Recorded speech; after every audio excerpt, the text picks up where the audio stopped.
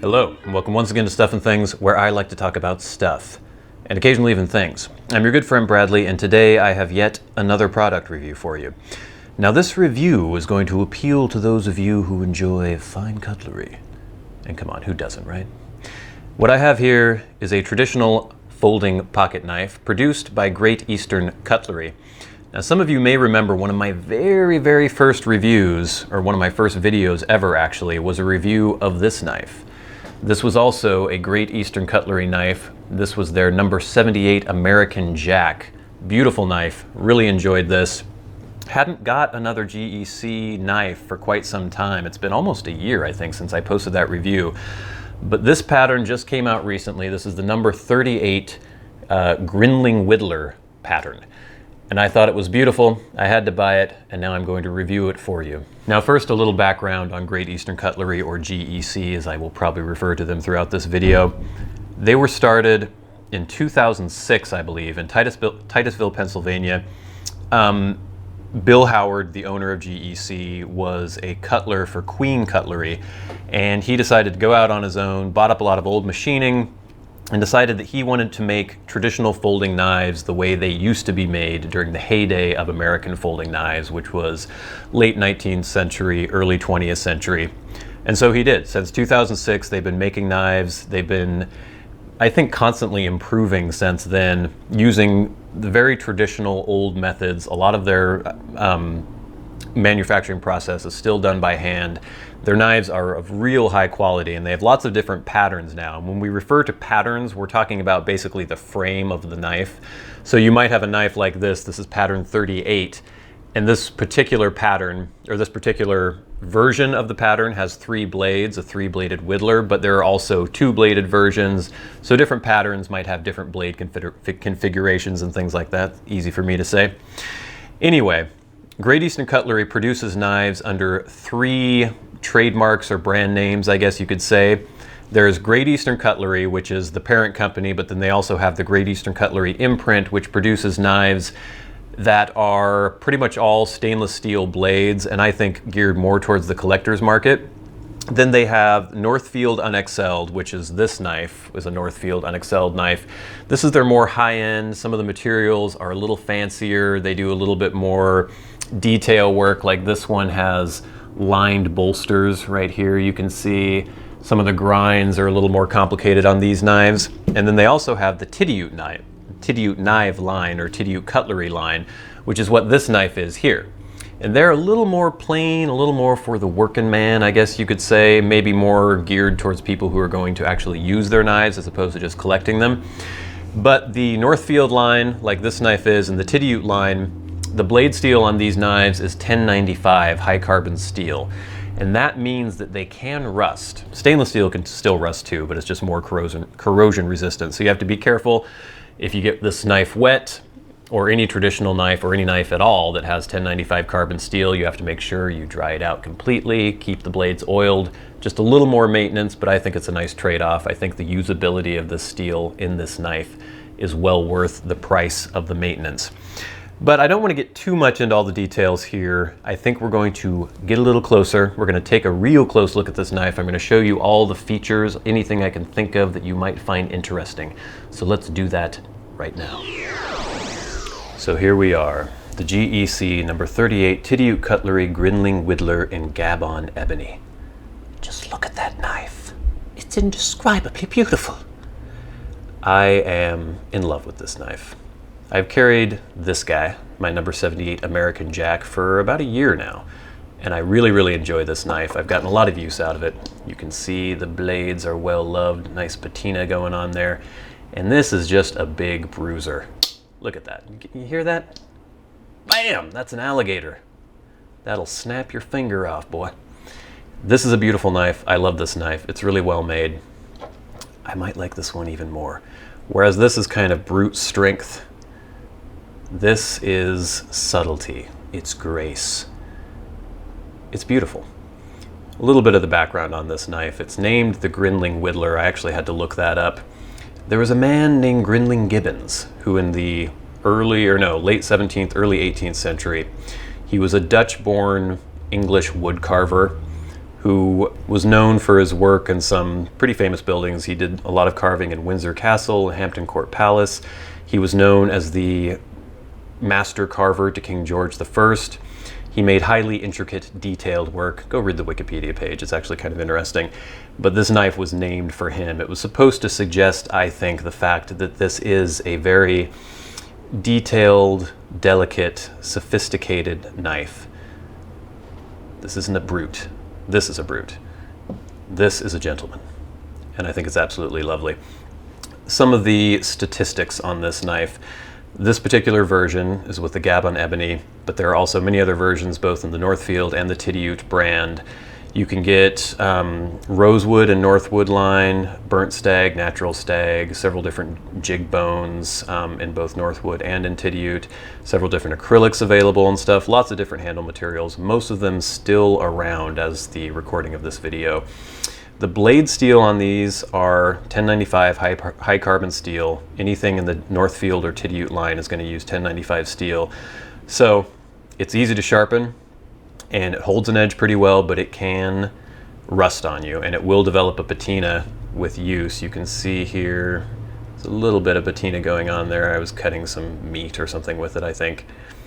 And I actually sharpened this up. This knife came quite a bit sharper than this did. This was not sharp at all when I got it, and I had to really do a lot of work on it to get it up to what I wanted. This one was pretty damn sharp already. I think it already cut paper when I got it, but I touched it up a little more, and I've been using it too, so I might have to touch it up again soon.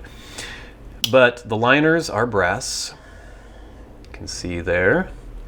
Bolsters, nice plain nickel silver bolsters, not lined. Where's the camera? Like this one has slightly fancier lined bolsters. That's often the case in the Northfield line. The three blades it has are a clip point. You can see here, beautiful blade geometry on this, and you can see there's a hand-drawn swedge here. This isn't a machine swedge, it's hand-drawn. Beautiful, nice point on these blades. They actually keep a little material on the point of the blades until really far down the production line through the grinding and the polishing and things to actually try to preserve that point, and they take that little bit of material, that point protector, off right around the end of the production, and that makes sure they have a very nice sharp point. And then we have a beautiful little pen blade. Really love the proportions of that one. And then we have a lovely little sheep's foot slash coping blade, I guess you could say. And it's funny because the main blade actually does not hold the serial number here or the identifying stamp on the tang. It just has Tidioute Cutlery, made in USA, GEC Tidioute. It has these three P's, PPP, and I can't remember exactly what that means. I think it means pattern premier production or premier pattern production. It basically means the first time this pattern was made by the company, the first run of this pattern. But the actual number for this pattern, they're held on the secondary blades, but they're split up. So we have 381 here. So 38 is the pattern number. That is the Grinling Whittler, and it also, there's a two-blade version of this pattern called the Farmer Jack, I think, and the John Chapman, but this is number 38. The 1 stands for the style of the main blade, so that's a clip point. This side, nothing. But if we look at the sheep's foot blade, we have, get it in focus there, 3, that's the number of blades, so there are 3 blades in this knife, and 15 stands for the year in which it was manufactured. So we have 38, 1, 3, 15. Tells you all you need to know about the knife. Now, the main blade does not have a half stop. A half stop is on the tang of some blades.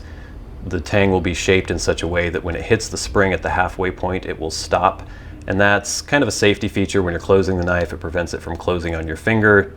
But with traditional Whittler patterns, usually there is no half stop on the main blade, and this one's no different. And the pull on this is a really reasonable, nice pull, as opposed to my American Jack, where you almost need vice grips to pull the knife out of the, or the blade out of the knife, which I still enjoy. It's nice. It's a big alligator snap. I mean, ugh. If you've just taken a shower and your fingernails are a little soft, you're not going to open this knife. But listen to this. Bam! That just, that'll chop your finger right off.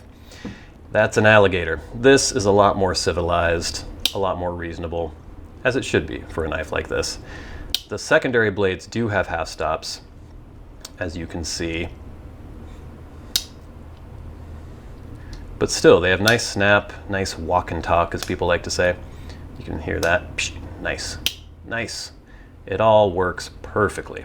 Now, the fit and finish of this knife is absolutely impeccable. I have not felt any transitions from the bolsters to the covers. Everything is perfectly smooth, perfectly machined.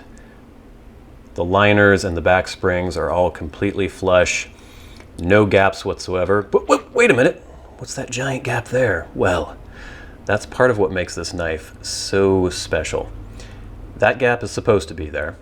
The way this knife is designed, there are two back springs. You can see here where they come together. And on this end, I'm not sure if the camera will pick it up properly, but there's a spacer, and the spacer is tapered. So it goes from this end and tapers all the way down here, where the springs actually come together. And what that means is this main blade rides on both springs. And if you can see, the tang on this blade is actually much wider than you would think for the blade geometry, but that's so it can fit on these two springs. And then the secondary blades each have their own spring to ride on. Now, several different knife manufacturers who make traditional knives, make patterns like this, but they do not do it with two springs. They can't do it anymore. Case used to have a pattern, I can't remember what it was called, but it was constructed pretty much exactly like this. They don't make it anymore. It's too difficult. It takes too much time. They don't have the kind of workers with the proper training to make knives like this anymore. GEC still does it, and this knife is sort of like a mission statement, I think, from them, showing that they can do this kind of detailed precision work still. They have a couple other Whittler patterns that do use the two springs like this, but they're a little more robust, a little less refined than this knife. And if you look at the spacing of these blades, it's remarkable. That main blade, I'm not sure if the camera picks up properly, is perfectly centered between the two secondary blades, and it extends all the way past their tangs. It's ridiculous. The two secondary blades have basically no clearance between the main blade and the brass liners there, but they do not rub at all. They fit perfectly. Oftentimes with patterns like this, when you want to take out the secondary blades, you first take out the main blade to avoid rubbing the secondary blades on the main blade, because as you pull it out, you have to kind of pull to the side a little bit. Not so on this one. You can have the main blade in, the nail nicks are nice and positive. You can just pull that blade straight up. It's perfect. There's no blade rub anywhere on this knife, and I am staggered by that. I just thought, as a matter of course, there would have to be some rub going on here with a pattern like this. Just, can you see that? Can you see how perfect that is? It's ridiculous. In terms of size and pocketability, it's actually a little longer than my number 78 pattern, but this guy is just so much more robust. So this actually disappears into the pocket a lot easier. If we get to some of the stats here, it is 3 7/8 inches long closed, or 9.84 centimeters. The main blade is 2 7/8 inches long, or 7.3 centimeters, and the full length when opened is 8 7/16 inches and 21.43 centimeters, and the weight is around 2.3 ounces. So it's actually a fairly long knife, but it's pretty petite in terms of weight, and it just disappears into the pocket. It's very, the serpentine handle, the rounded bolsters and everything and covers, it's just, it disappears in the pocket. You won't notice it at all. I absolutely love this knife. I think it's beautiful. I think it's elegant. I think it's refined. I think it is an amazing feat of precision engineering, and just showing that GEC is capable of doing some amazing things with traditional folding knives, the way they used to be made and still continue to be made in Titusville, Pennsylvania by GEC. So that's the GEC number 38 Tidioute Cutlery Grinling Whittler in Gabon Ebony. This particular configuration with the Gabon Ebony and the Tidioute line is still available, I believe, at some of the major online retailers.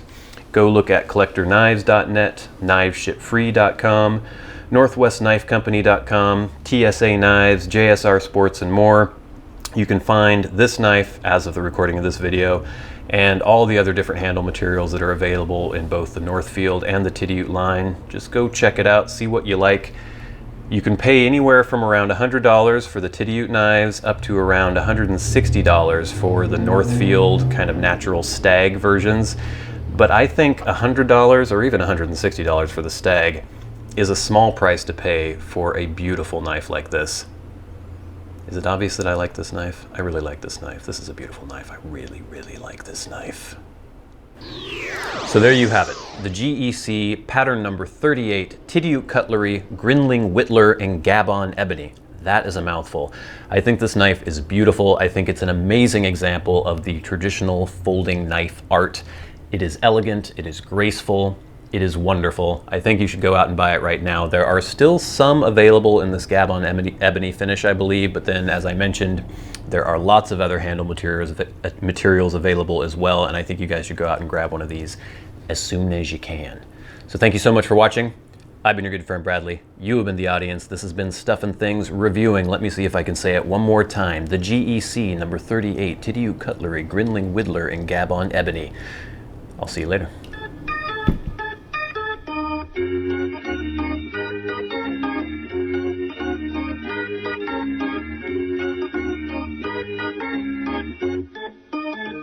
I have yet another review for you. Who is out there? What are you doing? Shut up!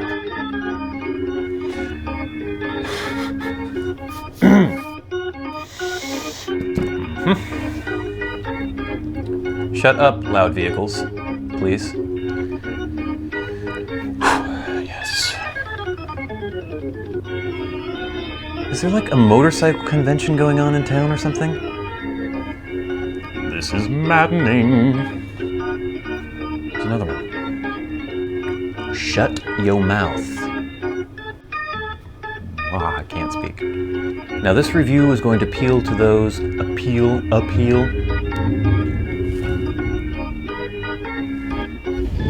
Shut your frickin' ass! Shut up! Go. Away with you, please. Oh, for fuck. Can you shut up now? This is like the 12th take.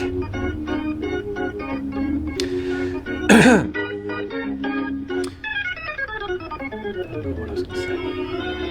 And occasionally even things. I'm your good friend Bradley, and today I have yet another product review for you.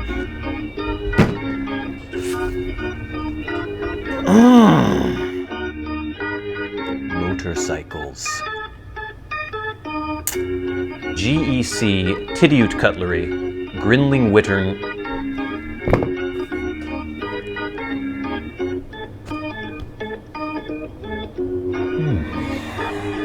Need coffee.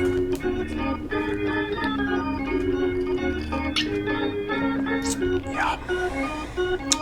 So there you have it. The GEC number 38 Tidioute Cutlery Grinling.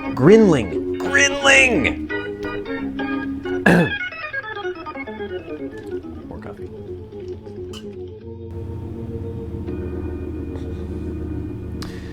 So there you have it. The number 38. Why is that?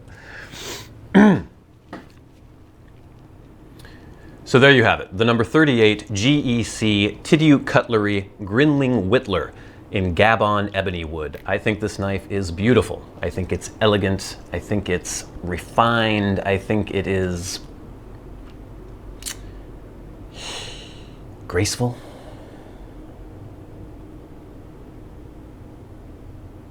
Yeah, graceful.